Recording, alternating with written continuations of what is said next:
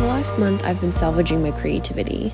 I've gone through another burnout spiral, and in the thick of it, I even thought about quitting art. Obviously that didn't happen, but throughout this time, I've also picked up the habit of journaling to try to end this vicious cycle of burnout I go through. And I think it's helped a lot. It's been interesting to become an observer of my own thoughts and realize how ridiculous many of them are. It's also refreshing to empty my brain of all of its garbage before starting my day or even at the end of it. I am a perfectionist, an overthinker, and a workaholic, a lethal combination to one's health. I wore each of these as a badge growing up, telling myself I just have high standards for myself, like to be prepared for every outcome, will work harder, and sleep when I'm dead. I battled each of these throughout high school and brought them with me into adulthood, and it is only now that I see what they really are. If I wrote a letter warning my past self, I know she wouldn't listen. Instead, she'd throw it away and continue pretending the debilitating anxiety attacks had never happened.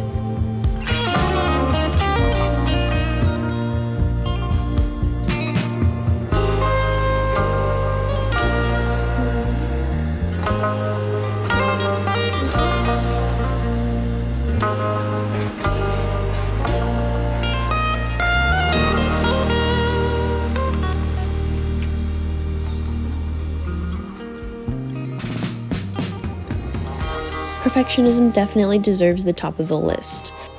When I've held myself to a high standard, I'd rationalize it by saying, I want my work to be great, so I need to do better. It doesn't matter if I'm tired, I need to draw today. These comments evolved into just calling my work bad. I'm a firm believer that constructive criticism is important, but if it's not helping you learn how to do better, then it's just tearing you down. This was the seed of my last burnout spiral. This is the reason I began hating art. I've been struggling with my work for over a year and haven't been very happy with most of what I make. I've been thinking back on my children's book and I just don't like it. It's good for a first book and I'm proud of myself for making it. I'm just not in love with the work I made. So even though my intentions were publishing, I really don't want to distribute something that isn't my best work. The experience was invaluable, but I think it's going to stay on my shelf.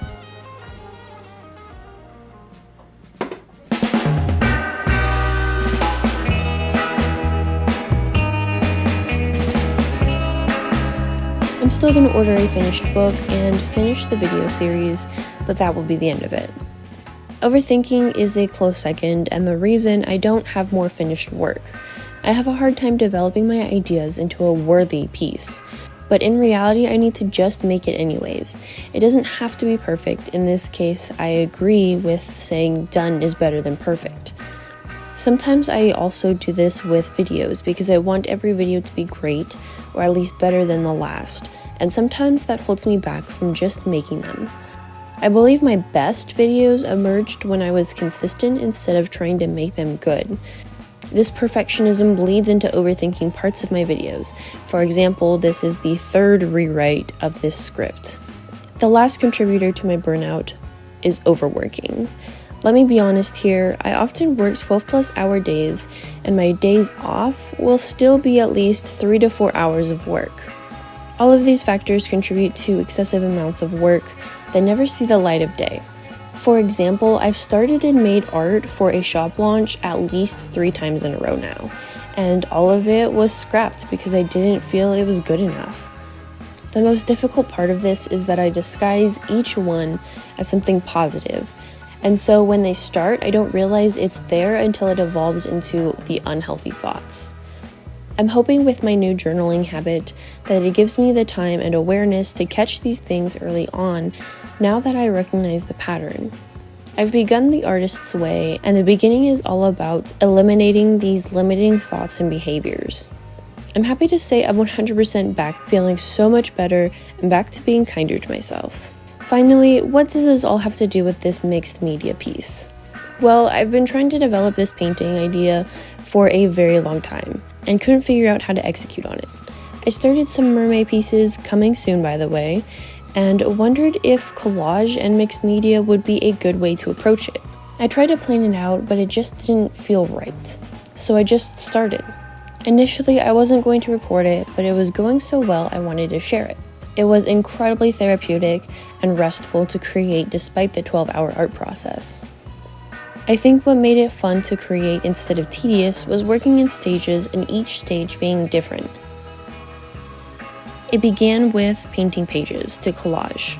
Then I sketched the characters. I started by collaging the table and then the little objects.